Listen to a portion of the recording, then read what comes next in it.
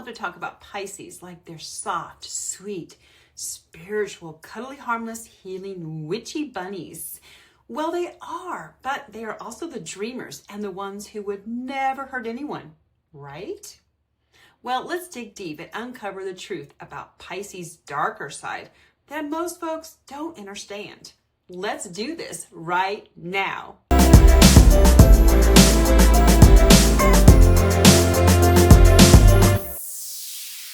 Now, it seems like nobody really talks about what happens when that softness erodes and Pisces gets pushed too far. Because when a Pisces reaches their limit, they don't explode. They don't scream. They don't even argue.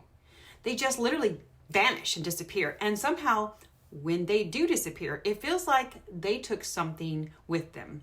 So let's understand the basics about Pisces real quick. Did you know that they are ruled by the planet Neptune? So listen, Neptune doesn't fight. Neptune blurs lines and causes confusion. And Neptune dissolves things like quietly. And that's why the dark side of Pisces isn't loud or obvious. It's subtle. It's emotional. And most of all, it's psychological. Pisces is the final sign of the Zodiac. I bet you didn't know that. Ancient astrology believed this meant Pisces carries the emotional memory of every sign before it. So that's why they seem so understanding. They've already lived every version of human pain internally. So when a Pisces seems innocent and naive, it's not because they don't know better. It's because they do. One of the darkest and misunderstood traits of Pisces is emotional escapism. Pisces doesn't avoid reality because they're weak.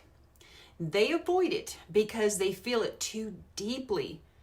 And instead of confronting their pain head on, Pisces drifts away and escapes into their version of Fantasy Island.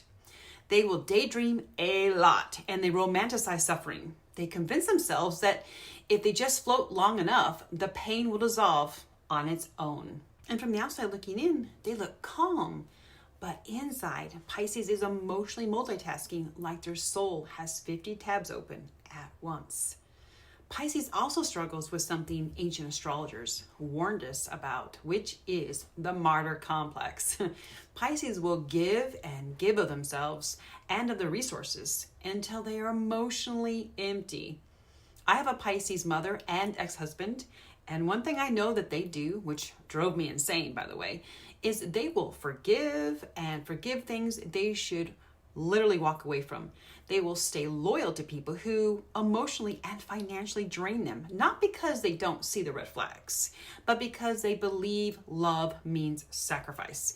And they also try to see the best in people who have repeatedly used them and took advantage of their giving, kindly nature. But I also know that the shadow side of that is deep resentment, like quiet resentment. Pisces won't confront it, and they will store it up inside themselves. And one day, without warning, they emotionally detach. Not dramatically so, just enough that you feel the distance, but don't know how it happened. Another uncomfortable truth is that Pisces can be emotionally manipulative without realizing it. Not in a cruel way, in an energetic way. Pisces doesn't attack with words, they withdraw and they go deafening silent. They make you feel their sadness without ever saying what's wrong. And suddenly you're apologizing to them for something you don't fully understand yourself. And that's the Neptune energy for you. That energy doesn't communicate directly, it suggests and it implies. It makes people feel rather than hear. In mythology, Pisces is represented by two fish swimming in opposite directions. One fish wants to stay present and the other one wants to escape. And the dark side of Pisces is that they can live in both worlds at the same time while everyone else around them is struggling to figure out which version is real. Pisces rarely ends things cleanly. Relationships just fade, connections dissolve. There's no clear goodbye, just emotional fog and a lot of unanswered questions. That's not cruelty. That's avoidance mixed with them being emotionally overwhelmed. Here's the truth most people miss. Pisces doesn't hurt people because they want to.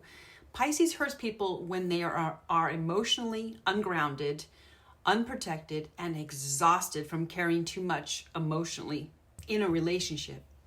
For example, my mom is a Pisces Sun, Cancer Moon with dominant Aquarius in her Mars and Mercury placements, and she has made too many emotional and financial concessions to one of my younger sisters, who is a Sag Sun, Sag Moon, and Sag Mercury. And this sister of mine has taken and taken again from our mom. My sister has gone to prison and taken so much of my mom's financial help for granted.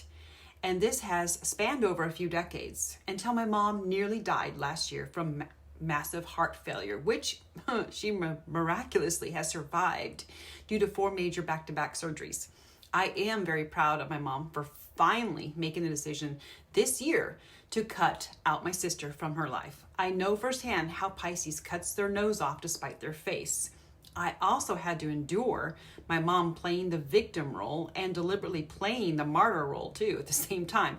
I didn't always understand why she kept forgiving certain family members for using her continually for decades. Anyways, there is a happy ending to my mom's long drawn out story. So just know that when Pisces heals, they become magic. They become more compassionate, intuitive, creative, and deeply loving. But the downside is when they don't heal themselves, they become the storm that never announces itself. Everything will seem calm, and then one day you realize the tide has shifted and something is gone. And that is truly the dark side of Pisces that nobody talks about or wants to admit. So kindly let me know if this video resonated with you. I do look forward to reading all of your comments. So please remember to detonate that like button with the thumbs facing towards the sky. Subscribe, hit the bell notification, because I know you don't want to miss any of my upcoming deep astrological videos. Thank you for watching.